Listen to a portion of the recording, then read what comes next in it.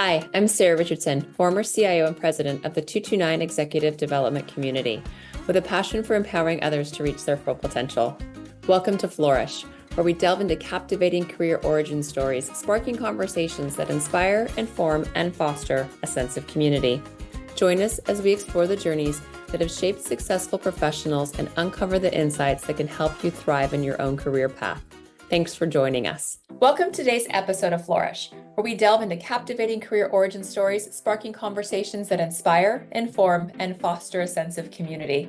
Our guest is Joe Scarlett, who is a distinguished business leader best known for his tenure as the CEO and chairman of Tractor Supply Company, where he served as a CEO from 1992 to 2004. During Joe's tenure, he played a significant role in leading the company through its initial public offering in 1994 and spearheading its growth and expansion into a leading rural lifestyle retailer in the United States. After stepping down as CEO in 2004, Scarlett continued to be involved with the company as chairman of the board until his retirement in 2007. Let's be honest, Joe, you didn't really retire in 2007, did you? No, I haven't retired yet. I'm still going. And I met you in 2008. I was the 8th class in your Scarlett Leadership Institute at Belmont University in Nashville, Tennessee, which ever since the day I met you, I feel like my whole career has propelled. And so tell us about the genesis of the Scarlett Leadership Institute and why it has been so beneficial to all the executives you have sent through years of that program. I got involved in education when I was running Tractor Supply, and we were very invested in helping our people develop their leadership skills. We have 3 levels of executive education, and along the way, we got involved in Belmont because they were helping us with some of that executive education. And as I was stepping back from my full-time role, Belmont asked me to get involved in running their leadership program. So I thought to myself, that sounds like something to keep me out of trouble for a few years. So I got together working with Mary Fink, who I know you know, who's just a wonderful leadership educator. And she and I contacted CEOs of the 35 largest companies in Nashville. And 25 of them got together with us in small groups. And we just asked them, what skills do you want your up-and-coming leaders to get that they're not currently getting in your organization? And we just listened to 25 of those CEOs tell us, well, here's what we need to teach. And so we put together an itinerary that was, in fact, teaching them the skills that the CEOs said they wanted their people to have. And most of them were the softer skills in business. And the program was, we had a 1-week retreat and up on a mountain in Tennessee. And then after that, every 2 months, we'd get together for 2 or 3 days, and we'd go back and review what we've learned and learn a little bit more, and typically had an outside speaker or two. And so the program would last a year, and we did that for many years and helped an awful lot of executives, including you, move up the ladder. You know, Joe, one of my favorite questions you would always ask at graduation, and I remember this being a staple through the years of attendees that I would continue to meet through your alumni programs, is you would ask us to raise our hand if you've been promoted during this program. And over 75% of the people would raise their hands because of the type of intentionality and things that you taught us in that class. And what I'm super curious about is I remember you always talking about the importance of ethics and how that was really one of those leading indicators in the success of executives and in organizations. Can you tell us a bit about that philosophy? I grew up with that kind of thing. And I worked for 15 years for a discount store chain in New Jersey where ethics was not high on their agenda. And things that happened there were just enough to turn you off. And I've just always been inspired by when you do the right thing, good things happen. And so everything I've done over the years is about always trying to do the right thing. And there are all kinds of stories at Tractor Supply about how we talk so much about ethics and doing the right thing, and some of the interesting stories that have come down the path. One in particular, we had a wonderful buyer named Lisa, and she was buying animal health products. And one of the products that we sell is iodine that's used in dairy production. And she found that in one store, she was selling 5 or 10 times as much iodine than any other store. And so she went to work on figuring out why, as an opportunity to sell more. And what she found is that iodine is also used in the production of methamphetamine. And so she, without asking anybody, she just discontinued iodine, found an alternate product that produces the same results in dairy production, and just put that in place. But that's how embedded the subject of ethics is in our company. And it comes from everybody in leadership roles talking about it.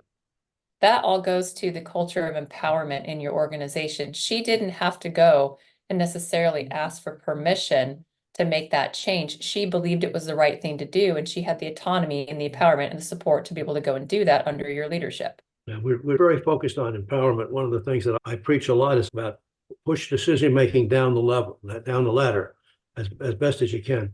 For example, in the stores, there's a sign that says satisfaction guaranteed, which every retailer says. But underneath that, in smaller font, are the words that say every team member has the authority to do whatever it takes. When you look up there at that sign, you say, wow, the company trusts me. When we lose money on a transaction and keep a customer, we celebrate that. We think that's wonderful. And it's all about doing the right ethical things throughout the organization, wherever we are. I preach a lot about we'll do the right thing with our people, first of all. Second, always do the right thing for our customers. And third is to build those same kind of ethical, strong relationships with our business partners. Always build the right relationships with of those three constituencies, and you're pretty much guaranteed of your business doing well. Notice I didn't say anything about stockholders, because I don't cuddle up to stockholders. I spend time with the three constituencies that make the company a success. So here's why I love this when you say that. A couple things. Number one, you didn't focus on the stockholders, and yet you still to this day have one of the most successful stocks in any portfolio in America. Just the amount of energy that you put into the company that had the right returns. And so many of us, especially in healthcare, and if we're publicly traded healthcare companies, several listeners will be, there's always those stakeholder conversations, or you get bought by private equity. Conversation doesn't really change that much. And so when you think about that ability to deliver constant value to your employees, whatever you call them, teammates, colleagues, et cetera. And then in your case, it was the retail environment. And yet healthcare today is more and more becoming a consumer-driven retail environment with the desire to take care of people when they're well and they're sick. And that continuum of the ease of doing business with you when you feel well automatically translates into the ease of doing business with you when you don't feel well, which is one of the harder times to make those decisions. It's about access and convenience in so many aspects. Like, you don't want to have to go wait in a waiting room. Who does? And to your point, if it's easy to do business with somebody and your experience is good, that may tend to be where you want to be. I would personally like to see that the healthcare world, when they set an appointment with you, just honor the appointment. There's so often it's like they're jamming everybody together and just put you in a line like you're standing in line in a supermarket somewhere. In business world, I'm very adamant about being on time, about honoring your commitments, about respecting other people's time. The same thing's true in healthcare, and you should be able to plan these things out so that you get taken some time that's reasonably close to what they committed to you. That cultural change. It could be a bit of a cultural change, but then you're gonna have me jump to a section of our conversation about your new book, The Culture Warrior. Here it is, Joe Scarlett. Here's why I love this book. Hey, it's a mixture of all of the articles you continue to write for the Nashville Business Journal and beyond. But in your introduction, you say something that is so just important for people to appreciate and understand. I consider myself a culture warrior, but not in the way you might expect. I am passionate about building business culture that sustains and encourages growth and success. And you go on to talk about, if you have deep pockets or endless money, you can usually replicate, copy, or get in front of some of these things. But you bootstrapped Tractor Supply. When you showed up, they weren't one of the most successful companies in the United States. When you first walked in, what were some of those experiences from your early career that shaped your approach to Tractor Supply? And what was your first impression of the company? I had left the difficulties of the previous company I was with, joined Tractor Supply Company in Chicago in 1979. The company was losing money. We spent a lot of time in the stores, and what we found in the stores, there were a lot of customers there, but there were not a lot of farmers there. The business was built on selling tractor parts to farmers, but that business has long since not disappeared exactly, but pretty much gone away. The number of farms in America has declined dramatically over the years through consolidation. And tractor parts it's no longer the kind of thing that a farmer goes out and changes his muffler or changes his spark plug. It's a much more complicated process. So there are technicians that do that. So the business was headed somewhere else. Well, what we saw, there were lots of people there. They were buying stuff. And we were studying that and studying who they were. And then we were fortunate in that we had a lot of data. So we went back and looked at the data. And what we found is that there's a lot of product that's being sold, but it has to do with production agriculture. For example, anything with a gasoline engine on it was selling well. A lot of our fencing products, a lot of our hardware, pet food was on fire, animal feed was selling very well, men's work clothing was selling well. We did the obvious. We expanded the assortment of these other products that are doing well, and we expanded the inventory investment, and then we shrunk the production agriculture parts, and we moved into what turned out to be a new business. We went from marketing to farmers to marketing to what we call hobby farmers. And today we know exactly what a hobby farmer is. They come from all different walks of life, and believe it or not, have above average income. And so we identified this different customer, and it put us on a different path. It changed the dynamics, so much of the dynamics of our business. And our competitors really never paid attention to that particular customer. They continued to focus on agriculture and farming, and we've simply taken off since then, and are now way bigger than probably the rest of them put together. You created these classifications of consumers. We work really hard in healthcare to classify different groups of patients by cultural needs, by income levels, by access, et cetera. And yet you mentioned you looked at the data, you paid attention to what was happening in the environment. How hard was that journey? But most importantly, Joe, as you think about how those same principles carry over into healthcare, into your partnership with IT, into partnership with your vendors, what needs to be true for leaders today? The question has to do with the data and how we use that. And I remember in the very beginning, I would sit at home on the weekend with this great big pile of green paper, going line by line through all of what we're selling and then where it's selling. And it used to drive my wife crazy. But I learned through studying that in an old-fashioned way, where we're selling and what we're selling and how much it's selling for. And it became a process for us to sell to our people what's really going on. And by using the data and using it as a teaching tool, people became believers. They say the tractor parts business is really not there. Riding lawnmowers is worth a lot of money. Pet food is worth even more money. And so when you just keep talking about the facts, and it sinks in because it's all common sense, not rocket science, as they say. So I would have been your IT support structure, and I would have been running your green bar report on an IBM 2447 printer, ready for you to take home on a Friday night. Yeah. They weighed about 15 pounds. They were some of those printers. I remember my first forays when I got really into IT was printer consolidation, which is still actually a thing, funny enough. But it was one of those first marks I made culturally in an organization was diminishing a reliance on paper over periods of time. But to your point, I remember the reporting and the things we'd have to go through in the beginning because that's where our information was made available.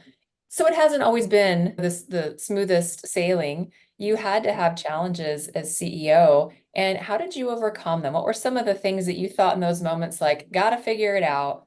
And whether it was through innovation, creativity, collaboration, you were overcoming some big obstacles during your tenure. The biggest difficulties that I ran into in my career were almost always people issues. We weren't technical issues. We could overcome the technical issues for the most part, but it's the people issues. It's a matter of getting the right people on your team, the right people in the right locations, and helping them do well. And I spent a huge portion of my time coaching and developing people in the company, not just in the classroom, but in the workplace too. For example, in my 30 years with the company, about half of my work weeks, I left town on Monday. I took with me a regional operating vice president, and I often took another promising individual with me. Anybody in the company where someone down the road has said, okay, I think she's going to be a real star someday. When we meet up with the district manager that night, and then we'd be off the next day, Tuesday, Wednesday, and Thursday. We'd spend 2 or 3 hours in every store. We'd just be listening and listening, trying to learn what's going on as best we can, and also to talk about what's going on, talk about where the company's going and what we believe in, and talking about our mission and our values. And I know a lot of people be watching this and saying, here comes the CEO, they're going to tell him what he wants to hear. Sometimes it started off like that, but people say, hello, Mr. Scarlett. And I'd say, no, my name is Joe. I'd say, what part of the store do you take care of? Really, come on, let's take a walk over there. We walk down this aisle. 2 minutes later, we're best buddies. And so we're always out there listening and paying attention. And that's part of the developmental process, because along the way, I was coaching the vice president's with me. I'm coaching and learning about this promising person that's with me. Sometimes coaching the store managers, sometimes always listening to what they have to say. And it was just about building that culture of always doing what we can to help people be successful. Now, we went back to the question of what are the big issues we ran into. They were always people issues. It's about getting the right people in the right slots. And I made some I made a lot of good decisions. I made some bad ones too. And of course, it's a painful thing when you have to back up on something like that. You have to do that. You do. And it is tough. I've made some bad hiring decisions in my time. I've also accepted roles that weren't a good fit and then reconciling that. And when I did that at one point in my career, guess what? I called you and said, hey, what do I do? And you basically walked me through what it would take to rectify a situation that was about 15 years ago. What's so great though about what you shared, the ability to trust your intuition. As leaders, we tend not to. And I wonder from the years of experience you have, what does it take to trust your intuition? I did adopt that hiring practice after I had met you, as the final interview was dinner with candidates, because how they treated the staff at the restaurant, how they showed up, how involved was the person, their plus one, as I like to call it, in their life if they joined. And I didn't hire somebody after a poor dinner experience with them at one point.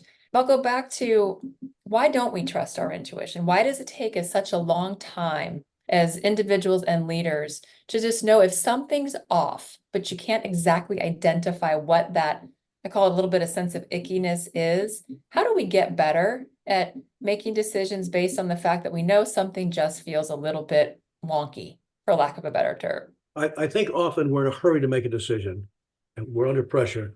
And when we're taking something that's 75% of what it should be and going forward with it. And our instincts will tell us there's something not quite right here, but we don't have enough whatever to say, no, I'm not going to do it. I'll tell you something I learned a little too late in life, but when I was interviewing people at Tractor Supply, I wound up, at one point I said, instead of sitting behind the desk and doing an interview, let's go to a store. And I put the candidate in the car, which they'd be very surprised at. And then we drive. It was in the morning, we'd stop by McDonald's for coffee. Now, the reason I say McDonald's is because if somebody turns up their nose at McDonald's coffee, I know right away they're not going to fit in our culture. But you get to a store and you can see how your candidate interacts with the customers, with the salespeople, with the managers, with the cashier, with the guy in the receiving room. And I found that, without a doubt, I asked better questions walking the aisles of the store than I did sitting behind a desk. And I got much better results that way. And your instincts will take you, if you can do that in whatever job you're in, if you can walk people through the work area, that helps you ask better questions and you can see things that you can't see sitting behind a desk. How do you recommend we do that in a virtual environment today for so many of us? This is my now second company that's fully remote, and having to create a culture over video and really getting a sense for what's happening. Now, the corollary for healthcare is that many of our practitioners still do go into facilities because they need that side-by-side clinician support and interaction with their executives. And yet quite a bit of the nuts and bolts, the support staff, the teams that make everything happen behind the scenes, may step foot into a hospital. They may be fully remote because talent's a little bit of everywhere. How do you build that same level of investment personally in an organization if you never set foot on premises? That's a difficult question, and lots of industries and organizations are facing that today because with COVID, everybody was staying at home. Now a lot of people want to continue to stay at home, and they don't interact, even if the business is in the same town. And it's a very difficult situation. I would say creating a whole different approach to how you deal with people over Zoom is something. Asking questions, finding social time over Zoom might be something to do. Maybe sharing personal videos and what the kids do over the weekend. But when you're in a workplace and you're working side by side, you get to talk to each other all day long or part of the day. You develop good working relationships. You develop often some personal relationships. You get to know who people are. And I would say it's very difficult to do if you're not with each other. So I think you have to work twice as hard on Zoom to develop the relationship so that you get to know people as best you can in a virtual environment. And that ability to, when you are together, to not be buried in a digital device or just be not paying attention to what the other person is doing. Most of my best work relationships and continued friendships over the years are for the people that I was a road warrior with. What I remember about the stories you would share about being on the road is your corporate jet was Southwest Airlines. You didn't take a private jet to and from all these locations and get a fancy driver. You're like, yep, Southwest jet, rental car, cram everybody in there, have the conversations. And that philosophy had to matter to the staff. You didn't ever put yourself, even as an incredibly successful leader, above anyone in your organization. And so when you think about that whole philosophy of how it influenced decisions at Tractor Supply Company, how your team connected with you, what made you choose that route versus the fancy executive route? I grew up with a great work ethic. When I was a kid, I was raking leaves and shoveling snow and mowing lawns and delivering newspapers and all the rest of that stuff from the time, hey kid, you want something? Get a job, go to work. When I was making a pitch to investors and analysts about Tractor Supply stock, there was one guy. I always talk about being a frugal company. We always try to do things the right way. And it was this recent MBA from Harvard was needling me. And he finally asked me, he says, do you have a corporate jet? I said, yes, we have a corporate jet. We have a whole fleet of them. They're all 737s, and they all say Southwest on the side, which got a huge laugh out of the group because they saw this coming. And he disappeared. We never saw him again. And then somehow somebody passed that story back to Southwest Airlines, and they ran a full page story about that in their magazine on the airplane. I still miss that magazine. They don't have it anymore. And I get Yeah. on there, I'm like, dang it, that was like one of my favorite things to read because I was always on those planes as well. Definitely lots of A-list preferred status for both of us, certainly. Everybody's reading their phone today. They are. I mean, the whole time. And I think I still bring a book. I mean, to this day, I always have a book in my bag when I travel. It's usually a book that you recommended or somewhere in my journey of Scarlett Leadership Institute with a massive shelf full of all of them because it still resonates. And I'll even tell you the time we got to meet Marshall Goldsmith in person. He came to the retreat and he signed our books. And that's like on my shelf, a stand-up mode thing, because the people that you introduced us to are the luminaries in the industry as well. And just that fluidity of conversation that comes from being able to connect with people on that personal one-on-one level. I mean, literally, you don't aim to intimidate, you aim to include. And you were doing that before it was more of a movement because you realized that treating people well comes back to you time and time again. So I'm going to ask you one last question before we head into speed round. What advice do you have to leaders looking to make an impact in their organization? What is your learning agenda? So wherever you are in the business world or any professional world, you should have a learning agenda. You should always be learning whatever you can. It's a continual learning process. You want to get ahead in this world, learn. And here's one thing to think about. If you're having lunch with the same people every day, you're not learning anything. Find ways to have lunches Monday with this one, Tuesday with that one, Wednesday with that one, and Friday with your best friends. But get out and meet other people. And don't be afraid to cold call. If you see something happen great down the street in some business, you can call and say, hey, my name is Joe Scarlett, and I saw in the paper that you did such and such, and I'd be very interested to learn about it. And would you be kind enough to share a few minutes with me? Or most people would be thrilled at something like that. Just always be on a learning mode. And networking is a big part of that process. You touched on all the reasons why I came to This Week Health and all the things we endeavor to do every day. That's that same space of like leaders in isolation are bound to fail. If we create a community and we can transform healthcare one connection and conversation at a time, imagine when that continues to multiply throughout our industry. One other thought on that track is I write a business column, leadership column for a National Business Journal every month. And if you all who are watching this video would like to get that, just go to joescarlett.com and you can sign up very simply and you'll just get it in your email every month. And I can feature them on our newsreel as well. I love them. I always look for them and share them and let people know, like, here's the basics that you consistently need to have in your career. And speed round question number one, single most important quality a leader should possess. We talked about ethics. We talked about networking. We talked about learning agenda. What's another one, Joe, that you're like, you have to have this in your toolkit as a leader? The desire and ability to talk about the important things with your people. Just being able to always talk about our mission in the XYZ company is to do this and this, and be able to talk about it consistently. The experts will tell you that you retain 10% of what you hear a week later. So if you want to get important messages across about where the company's going, what's really important to us, you've got to talk about it repeatedly, maybe not in the same words, but you need to get that message across. And that helps you establish yourself as a leader, and people look up to you when you talk about what the business is all about. Love that one. Thank you. Next one. Can you share one key lesson you learned from leading a successful IPO? A bit of a humorous story, but when we were getting ready to do the IPO, we had prepared a tray full of slides. This is before PowerPoint. And we had about 30 or 40 slides in this tray, and we were all set to go. And the bankers in New York said, well, boys, there were three of us were going to do the road show. Why don't you come up here to New York and just spend a day with our public speaking coach? And we thought, that can't take too long, an hour or two. And so we're up there, we take this big tray of slides with us. And he said, let's just listen to what you're going to say. So he videotaped 5 minutes of me and 5 minutes of Jerry and 5 minutes of Tom. And then we said, boys, well, let's just look at what we got here. And so we watched ourselves on video, and I'm thinking to myself, nobody's going to buy this stock.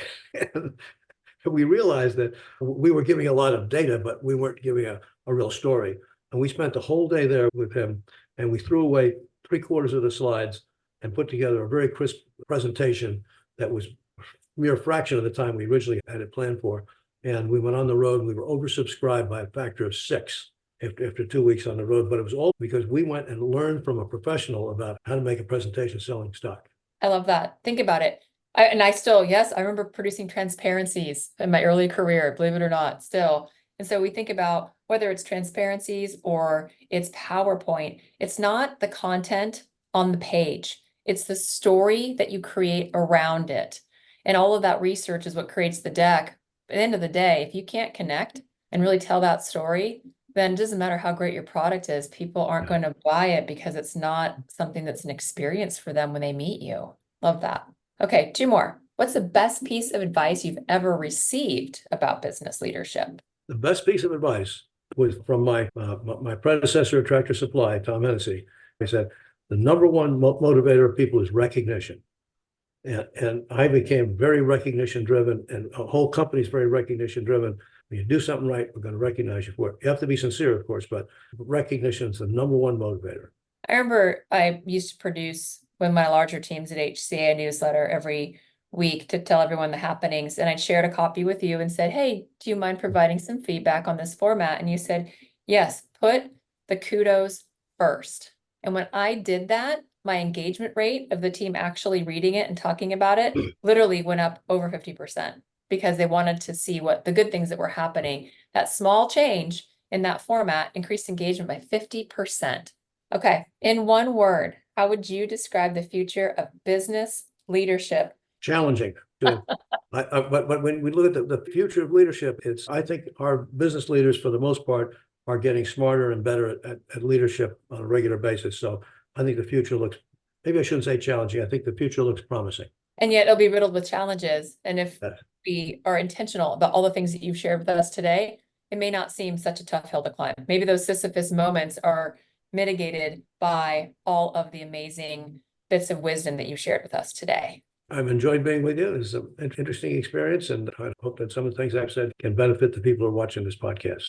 Absolutely. Thank you so much for your time and your leadership, your friendship, your mentoring, all the things you continue to do for anyone who's ever had the honor of being in your universe.